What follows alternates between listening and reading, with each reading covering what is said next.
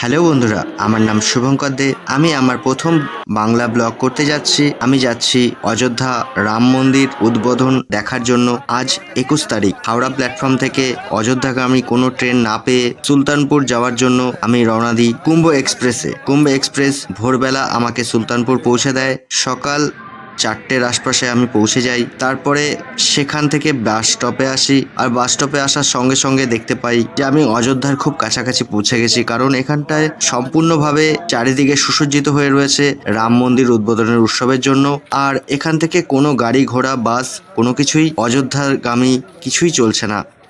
বিশেষ সিকিউরিটির কারণে আমাদের দেশের সবচেয়ে বড় বড় সেলিব্রিটি, বিজনেসম্যান, নেতা, মন্ত্রী সেদিন সবাই এখানে উপস্থিত ছিল। তো সেই উদ্দেশ্যে আমরা বুঝতে পারছিলাম আমাদের আর বোধহয় যাওয়া হবে না, কিন্তু হার মানিনি বন্ধুরা। আমি সঙ্গে সঙ্গে ডিসাইড করলাম যে আমরা রোড দিয়ে যাব। আমরা রোড দিয়ে চলা শুরু করলাম। চলতে চলতে অনেক দূর পৌঁছানোর পরেও আমাদের পুলিশ ওখান থেকে রোড থেকে গাড়ি করে আবার সুলতানপুর প্ল্যাটফর্মে পৌঁছে দেয়। তারপরে নেক্সট আমরা চিন্তা করি এবার আমরা রেল লাইন ধরে হেঁটে হেঁটেই আমাদের গন্তব্যস্থলে পৌঁছাবো। তো রেল লাইন দিয়ে হাঁটা শুরু করলাম, আর হাঁটতে হাঁটতে বিভিন্ন জায়গার বিভিন্ন রকমের দৃশ্য সামনে চলে এলো। ওখানকার মানুষ বিভিন্নভাবে আমাদের সেবা করার সম্পূর্ণভাবে চেষ্টা করছিল, আর তার বেশ কিছু মুহূর্ত আমার ক্যামেরায় ধরা পড়েছে।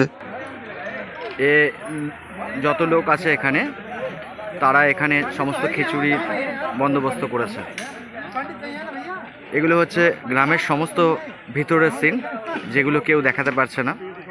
বাট আমি যেহেতু নিজে এইভাবে ট্রাভেল করছি, প্রায় 70 কিলোমিটার রাস্তা, এই জন্য আমি এটা দেখাচ্ছি। এখানে আমি নিজেও একটু সেবা করলাম, আর খুব ভালো লাগলো এনাদের উপস্থাপনা। বন্ধুরা, চলতে চলতে ভরতকুণ্ড অবধি আমি পৌঁছে যাই দুপুরবেলা। আর এখানে এসে দেখি অদ্ভুত এক বিশাল আনন্দের সমাগম। লক্ষ লক্ষ মানুষ এখানে নিজের ইচ্ছে মতো অদ্ভুত আনন্দে মেতে উঠেছে। আর এখানে আপনারা দেখতে পাচ্ছেন যোগীজিকে বলা হয় বুলডোজার বাবা। আর এই বুলডোজারের উপরে মানুষ উঠে সে এক অদ্ভুত আনন্দ করছে, যা দেখতেও অপূর্ব লাগছে। আর এই জায়গা বিখ্যাত এই কারণে, দশরথজি মারা যাওয়ার পর রামজি যখন এখানে আসেন, তখন ভরত এখানে দাদার কাছে এসে বলেন রাজ্য সামলানোর জন্য। তখন রামজি ভরতকে ফিরিয়ে দেয়, এই বলে যে বাবার কাছে দেওয়া প্রতিজ্ঞা আমার পূর্ণ করতে হবে। আর ভরত তার দুপায়ের খড়ম মাথায় নিয়ে রাজ্য চালানোর উদ্দেশ্যে অযোধ্যায় পুনরায় ফিরে যায়। এখান থেকে অযোধ্যার দূরত্ব প্রায় 22 কিলোমিটার। আর এখানেই গড়ে উঠেছে 3খানা বড় বড় মন্দির, আর তার চারপাশে অসংখ্য মন্দির। আর সব মন্দিরই রাম আর ভরতের মূর্তি অবস্থিত। আর এখানে বিগত 14 দিন ধরে সাধু সন্ন্যাসীরা যজ্ঞ করেন, কারণ আমাদের রাম মন্দির যাতে পুনঃস্থাপন খুব সুন্দরভাবে সম্পূর্ণ হয়, এবং আজকের দিন, যেই দিন মন্দির প্রতিষ্ঠা হবে, সেই দিন জানি খুব শান্তিপূর্ণভাবে কাটে। আর এই মুহূর্তে সমস্ত সাধু সন্ন্যাসী সবাই তাদের গন্তব্যস্থলে পৌঁছে গেছে অযোধ্যায়। আর এইখানে প্রত্যেকটা মন্দিরে বিভিন্ন রকম উৎসব চলছে। আর আমি বর্তমানে যেই মন্দিরে রয়েছি, এই মন্দিরে এক অদ্ভুত দৃশ্য কানে আসছে, যেখানে একাধিক মহিলা সন্ন্যাসী সমস্ত তাদের জ্ঞানবাক্য পাঠ করছে।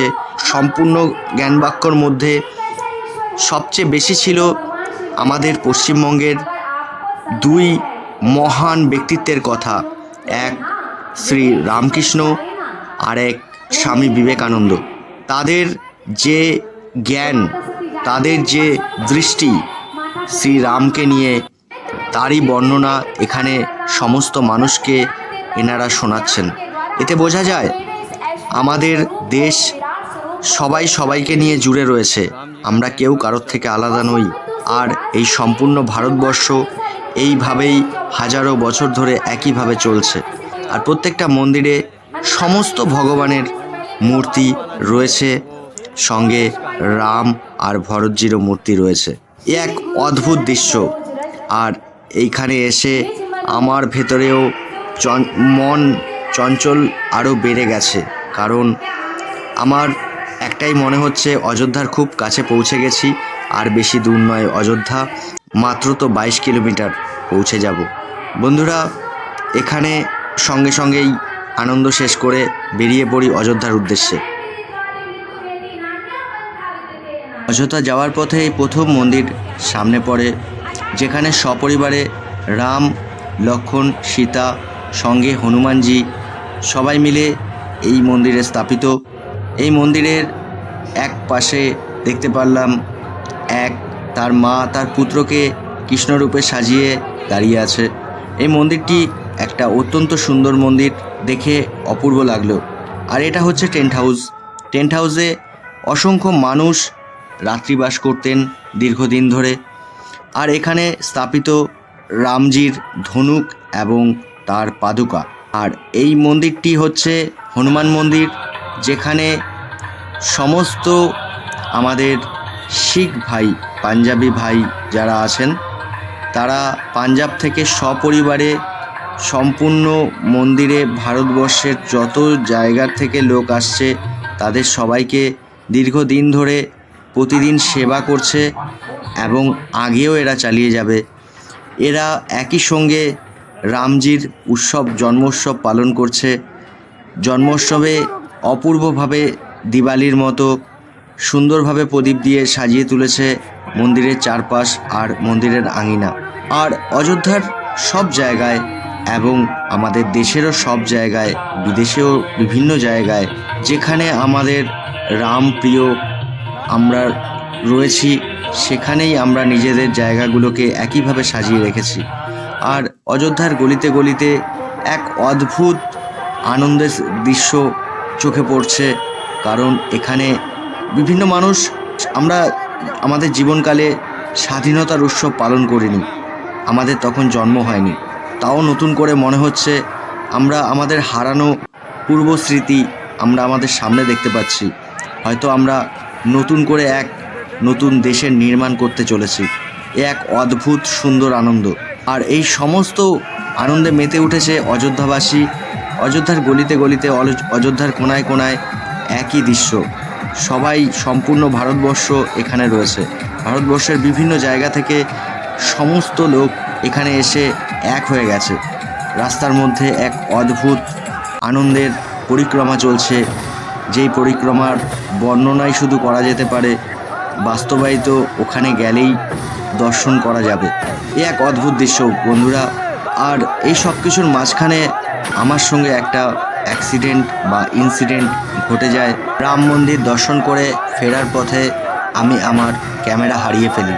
আর এই জন্য আমি আমার সবচেয়ে বেশি ভিডিও দেখাতে পারছি না।